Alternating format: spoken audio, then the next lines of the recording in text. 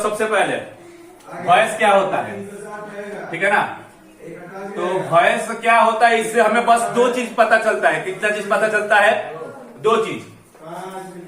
जो हिंदी वाक्य में शुरू में लिखा रहता है उसको क्या बोलते हैं? कर्ता। क्या बोलते हैं? अब देखो वॉइस से क्या पता चलेगा, ये जो शुरू में लिखा रहता है ना कर्ता, शुरू में जो कर्ता लिखा रहता है, जैसे कि हम एक सेंटेंस लिख रहे हैं, राम आम खाता है, राम आम खाता है, तो इसमें कर्ता कौन हुआ? तो राम। राम क्या हो गया? कर्ता। तो वॉइस से हमें क्या पता चलता है कि कर्ता खुद से काम कर रहा है, काम खुद से हो रहा है कि उस खुद से काम नहीं कर रहा है। दो कंडीशन आ सकता है, या तो वो खुद से काम करेगा या तो चुपचाप बैठा रहेगा, काम दूसरा कोई करेगा उस पर। जैसे ध्यान से समझो, मैं यहां पे लिख रहा हूं कि मैं खाता हूं, शुरू में मैं लिखा है ना, तो यहां पे शुरू में जो लिखा है ये खुद से काम कर रहा है कि नहीं? खुद से खाया है, यानी कि मैं यहां पे खुद से खाया, ठीक है ना। तो ये क्या हो जाएगा? एक्टिव वॉइस हो जाएगा। क्या हो जाएगा? तो एक्टिव बोले क्या? गेहूं उगता है। एक बोले क्या? गेहूं उगाया जाता है। तो शुरू वाला में देखो गेहूं उगता है, हम गेहूं के बारे में बोले हैं तो गेहूं सब्जेक्ट हुआ, गेहूं क्या हुआ? कर्ता। अब गेहूं उगता है, अब बताओ गेहूं खुद से ना उगता है, गेहूं उगता है मतलब क्या? गेहूं हाथ पैर तोड़ के बैठ चुका है, हम क्या बोले? गेहूं उगता है। तो काम किसने किया? उगने का काम किसने किया? गेहूं ने। ध्यान से समझना, गेहूं ने किया। तो ये गेहूं क्या हो जाएगा? यहां पे गेहूं उगता है, एक्टिव वॉइस। क्यों एक्टिव वॉइस? क्योंकि यहां पे हाथ पर तोड़ के बैठा नहीं है, उगने का काम कर रहा है। क्या कर रहा है? उगने का काम। अब सुनो, गेहूं उगाया जाता है, गेहूं उगाया जाता है। तो शुरू में गेहूं बोले है ना, तो गेहूं को उगाया जा रहा है, मतलब कि गेहूं खुद से उग रहा है। गेहूं खुद से काम कर रहा है कि दूसरा कोई आके उगा रहा है? दूसरा कोई ना। तो अब दूसरा कोई का जब भी बात आ गया, दूसरा कोई का जब भी बात आ गया तो वो पैसिव वॉइस हो जाएगा। क्यों पैसिव वॉइस होगा? क्योंकि कर्ता निष्क्रिय है। कर्ता क्या है? इसीलिए तो इसको पैसिव कहा गया। पैसिव यानी निष्क्रिय और एक्टिव मतलब सक्रिय। यानी जब कर्ता सक्रिय होगा तो उसको एक्टिव वॉइस बोलेंगे, और जब कर्ता निष्क्रिय होगा तो उसको पैसिव वॉइस बोलेंगे। सक्रिय, और सक्रिय का मतलब होता है यहाँ पे जो कर्ता है, क्या है? कर्ता, उसके पास हाथ पैर है कुछ करने के लिए, यानी कि वो काम कर रहा है। और पैसिव यानी क्या होता है? निष्क्रिय। और निष्क्रिय यानी कर्ता क्या है? निष्क्रिय है, खुद से काम नहीं कर सकता है, ठीक है ना। तो एक्टिव वॉइस में क्या बोलेंगे? जिसमें कर्ता क्या हो? सक्रिय हो, यानी कि काम खुद करता है, तो वो कौन सा वॉइस हो जाएगा? Active voice. और पैसिव वॉइस किसको बोलेंगे? जिसमें कर्ता निष्क्रिय हो, यानी कि खुद से काम नहीं करता हो, दूसरा कोई आके उसको काम कराता हो, दूसरा कोई आकर उससे काम कराता हो। जैसे कि तुम आलसी के जैसा पड़े रहोगे घर पर और दूसरा कोई आके तुमसे काम करवाएगा, तो वो हो जाएगा पैसिव वॉइस, क्योंकि तुम आलसी बन गए हो, निष्क्रिय। लेकिन अगर तुम एक्टिव हो तो खुद से ना उठ के काम करोगे। तो जैसे कि देखो ध्यान से, कोई कोई वो बच्चा होता है ना जो कि खुद से पढ़ने बैठ जाता है, खुद से पढ़ने बैठ जाता है। जैसे कि तुम हो, तुम खुद से पढ़ने बैठ जाते हो, लेकिन तुमको बैठाया जाता है, होता है कि नहीं? जैसे कि छोटे बच्चे होते हैं और तुम लोग होते, तुम लोगों के पास थोड़ा सा दिमाग है, थोड़ा सा, तो तुम लोग खुद से पढ़ने बैठ जाओगे शाम होते ही। लेकिन कोई कोई होता है कि खेलने लगता है, पढ़ने बैठता ही नहीं है। तो उसको गार्जियन लोग क्या करते हैं? कान पकड़ के खींच के लाते हैं और पढ़ने बैठाते हैं। तो वो खुद बैठा कि बैठाया गया? तो यहाँ पे एक्टिव हुआ कि पैसिव हुआ? पैसिव हुआ, यानी कि जब खुद से वो काम नहीं करेगा, दूसरा कोई कराएगा जोर जबरदस्ती। जैसे कि तुम कुछ खा नहीं रहे हो, करेली नहीं ना खाओगे तुम लोग, कोई दूसरा कोई ठूसेगा मुंह में, तो तुमको खिलाया गया कि तुम खुद से खाए, तुम खुद से काम किए नहीं, यहाँ पे खिलाया गया तुमको, तुम पैसिव वॉइस में बन गए। कौन से वॉइस में? पैसिव वॉइस में। पैसिव वॉइस में क्यों हुआ? क्योंकि हम खुद से नहीं खाए, खाने का मन नहीं तो खाएंगे क्या? हमको खिलाया गया जोर जबरदस्ती, तो ये क्या हो जाएगा, पैसिव वॉइस। ठीक है, पहचानेंगे कैसे? तो अगर कोई पूछ दिया कि एक्टिव वॉइस किसे कहते हैं, बताओ एक्टिव वॉइस किसे कहते हैं, तो हम लोग क्या जवाब देंगे? जब कर्ता सक्रिय हो, जब कर्ता क्या हो, सक्रिय हो, यानी कि काम को वो खुद से करता है, किसी को सुनने की जरूरत नहीं पड़ता है। जैसे कि जो आदर्श छात्र होते हैं ना, वो अपना काम खुद से कर लेते हैं, तो वो हमेशा एक्टिव रहते हैं। लिखते हैं कि आदर्श छात्र हमेशा सक्रिय रहते हैं, वो अपना काम खुद से कर लेते हैं, यही है वो एक्टिव वॉइस। समझ में आया? यानी कि वैसे लोग जो अपना काम खुद से कर लेते हैं, ठीक है ना, कराना नहीं पड़ता है, वो क्या होते हैं, एक्टिव वॉइस होते हैं। जैसे कि मैं पढ़ता हूं, मैं खुद से पढ़ता हूं, मुझे पढ़ाया थोड़ा जाता है, एक्टिव वॉइस हुआ। राम क्रिकेट खेलता है तो खुद से ना खेलता है, तो वो एक्टिव हुआ कि पैसिव हुआ, एक्टिव हुआ।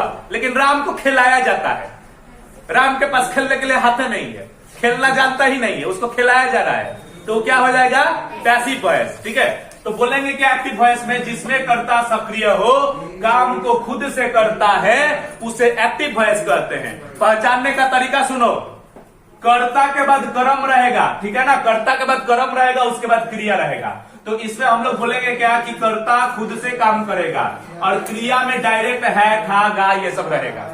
ठीक है ना। और इसको इंग्लिश में कैसे, इंग्लिश में सिंपल जो तुम लोग सेंटेंस बनाते हो वही वाला है कि सब्जेक्ट के बाद हेल्पिंग वर्ब, हेल्पिंग वर्ब के बाद मेन वर्ब, और मेन वर्ब के बाद ऑब्जेक्ट। ये हो गया एक्टिव वॉइस का रूल। ऐसे में कोई लिखा रहेगा तो वो एक्टिव वॉइस में है। जैसे कि देखो, Ram is going, Ram is going to school, ठीक है ना।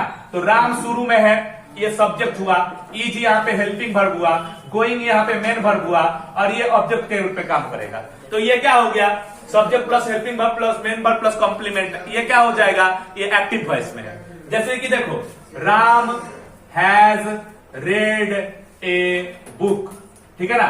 तो राम यहाँ पे सब्जेक्ट हो गया, सब्जेक्ट के बाद देखो तो हेल्पिंग वर्ब है कि नहीं, हेल्पिंग वर्ब हैज हुआ, हेल्पिंग वर्ब का देखो तो बाद मेन वर्ब है कि नहीं, मेन वर्ब रेड हो गया, अब उसके बाद ए बुक हो गया क्या, ऑब्जेक्ट। तो बताओ ये एक्टिव वॉइस में हुआ कि नहीं।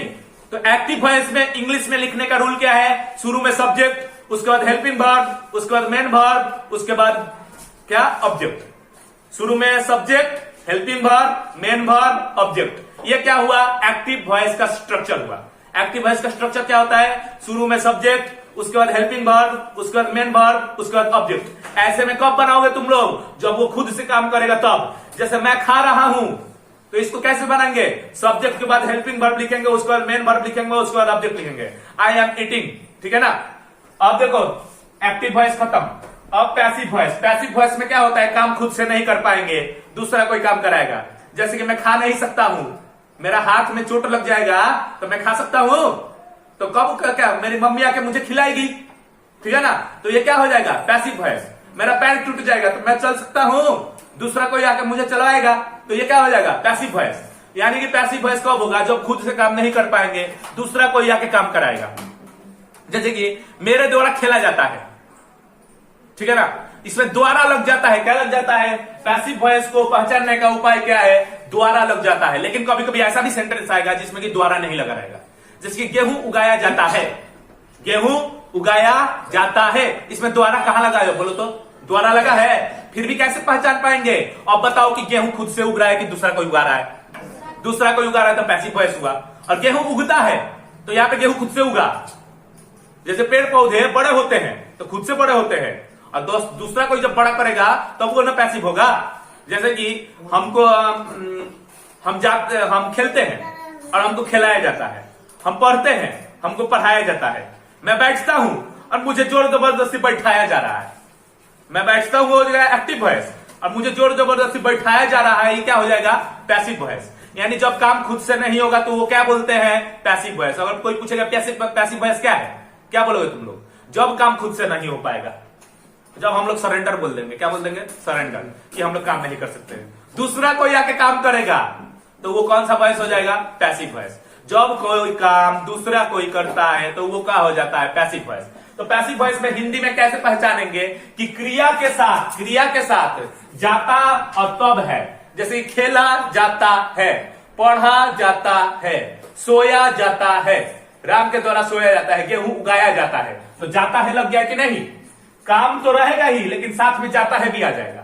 काम के साथ जा है आ जाएगा, जा। जैसे कि खेला जा सकता है, खेला जा सकता है, पढ़ा जा सकता है, यानी कि क्रिया के बाद जा आ जाए। क्या आ जाए? जा आ जाए। इसमें क्रिया के बाद जा आया था, इसमें क्रिया के बाद जा आया था, यानी कि मैं पढ़ता हूं, जाता आया कहा, लेकिन इसमें मैं पढ़ा जाता हूं, जाता आ गया कि नहीं? यानी कि इसमें जा आ जाएगा। क्या आ जाएगा? जा। और इसमें जा नहीं आएगा। इसमें कि मैं लिखूंगा कि किताब पढ़ता है, वह किताब पढ़ता है, तो बताओ इसमें जा आया क्रिया के बाद, पढ़ता है, लेकिन पढ़ा जाता है, जा आ गया कि नहीं? पढ़ा को अलग करके जा खुद आ गया। देखो तो पढ़ा जाता है, आया कि नहीं? तो खेला जाता है, खेला के बाद जा आ गया ना, तो जब भी जा आ जाएगा, खेला जाएगा, खेलेगा अलग हुआ, और खेला जाएगा, तो इसमें जा आ गया कि नहीं? यानी कि जा नाम का आदमी आ जाता है। कौन नाम का? जा। यानी कि क्रिया के बाद इसमें जा आ जाता है, क्रिया के बाद जा आ जाता है। खेला जाएगा, खेला जाता है, खेला जा सकता है, खेला जा रहा था, खेला गया, गया भी आ सकता है। क्या आ सकता है? यानी कि हम लोग को क्या क्या याद करना है? एक्टिव वॉइस में क्रिया के साथ डायरेक्ट है रहेगा, लेकिन इसमें जा आ जाएगा। पैसिव वॉइस में जा आ जाएगा। और एक बात याद रखना है, इसमें के द्वारा भी लिखा रहता है। क्या लिखा रहता है? के द्वारा। जैसे कि राम के द्वारा खेला जाता है। और इंग्लिश में बनाने का रूल यही लास्ट है, सुन लो। पैसिव वॉइस में कैसे इंग्लिश बनता है? तो सब्जेक्ट के बाद हेल्पिंग वर्ब, सब्जेक्ट के बाद हेल्पिंग वर्ब। देखो ऊपर है जैसा, सब्जेक्ट के बाद हेल्पिंग वर्ब, इसमें भी सब्जेक्ट के बाद हेल्पिंग वर्ब। कोई प्रॉब्लम नहीं है ना? लेकिन नया में एक चीज आता है। क्या चीज आता है? Be verb. क्या आता है? Be verb. इसमें भी हेल्पिंग वर्ब रहेगा, इसमें भी हेल्पिंग वर्ब रहेगा। नया में क्या आएगा? Be verb. यानी जब भी पैसिव में बनाएंगे तो बी वर्ब जरूरी है। कौन सा वर्ब जरूरी है? Be verb. बी वर्ब का क्लास कल चलेगा, ठीक है ना? तो बी वर्ब जरूरी है। और बी वर्ब के बाद क्या आता है? भी3। बी वर्ब के बाद भी3, और उसके बाद बाई, उसके बाद बाई, और तब ऑब्जेक्ट। और ये बाई ऑब्जेक्ट रह भी सकता है, नहीं भी रह सकता है, कोई जरूरी नहीं है। लेकिन ये बी वर्ब प्लस भी3, ये जो गोल किए हैं, जितना गोल किए हैं इतना रहना ही चाहिए, इतना रहना ही चाहिए पैसिव वॉइस में। तो पैसिव वॉइस का इंग्लिश में क्या याद करेंगे? सब्जेक्ट के बाद मेन वर्ब, मेन वर्ब के बाद बी वर्ब, बी वर्ब के बाद